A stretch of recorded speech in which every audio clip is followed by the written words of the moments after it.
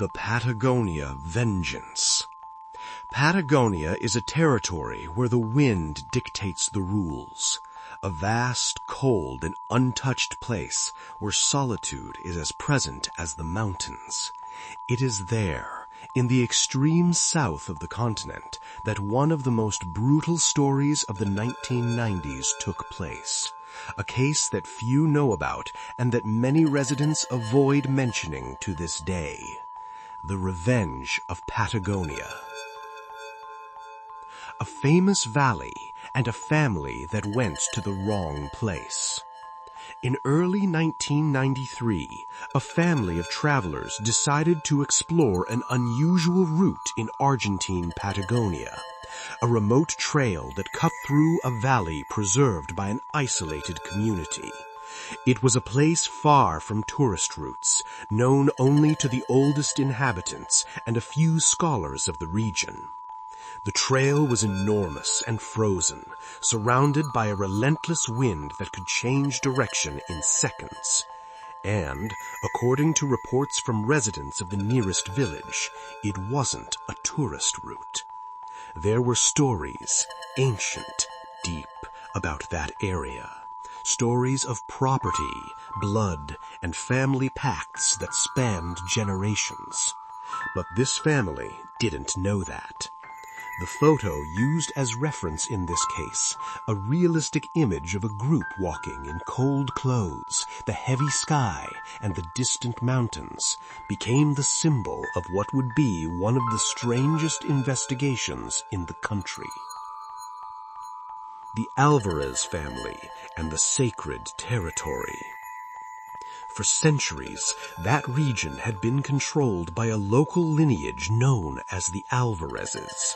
They were shepherds, hunters, and guardians of a valley considered untouchable by the community, not for religious reasons, but for territorial tradition. Anyone who entered there was seen as an invader, regardless of intention. Police records of the time described the Alvarez family as hostile, reserved, and extremely territorial.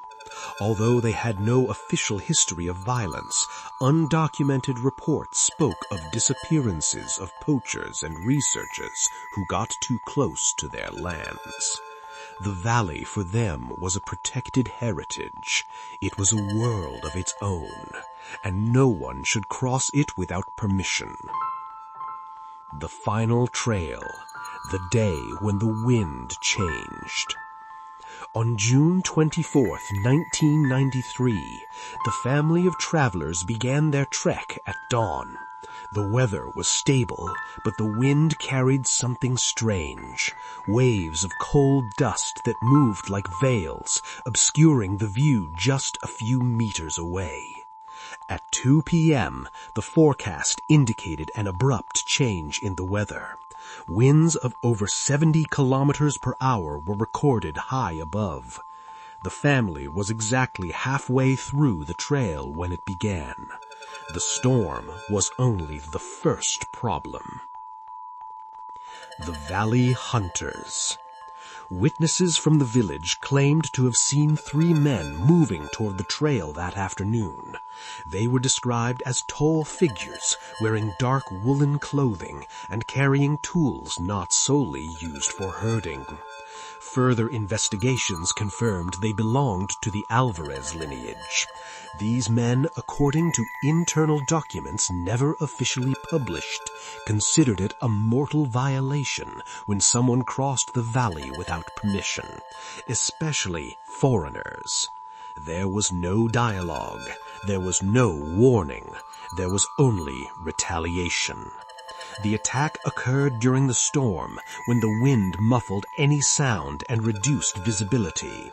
The group of travelers never realized they were being surrounded. The discovery at dawn. 2 days later, after the weather stabilized, search teams began patrolling the area. They followed tracks of frozen boots in the hardened mud when they spotted at the top of a hill a pile of backpacks arranged with disturbing precision, as if someone wanted them found. 400 meters away, bodies were located scattered on the hillside, not in random positions, but following a pattern. The forensic examination determined that none of them had fallen from the mountain. All showed signs of pursuit and direct attacks, and the estimated time between the first and last attack was only 17 minutes.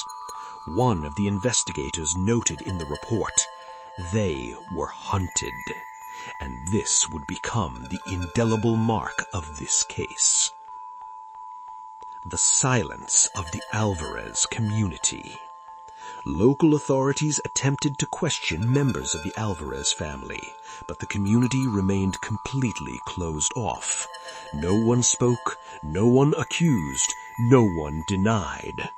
Investigators reported that the residents acted as if the valley didn't exist, as if it were a collective secret that should never be discussed with strangers. Without direct evidence, and with the immense geographical difficulty, the case remains technically unsolvable. It was filed as an aggravated environmental attack, a classification never used before and never used since.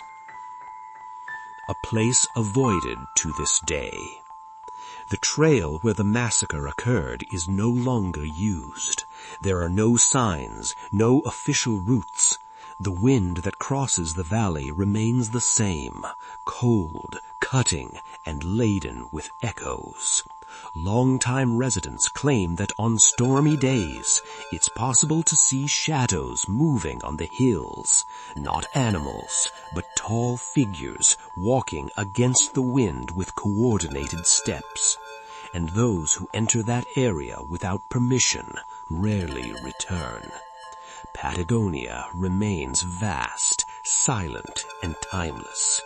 But in that particular valley, the wind seems to carry an ancient warning.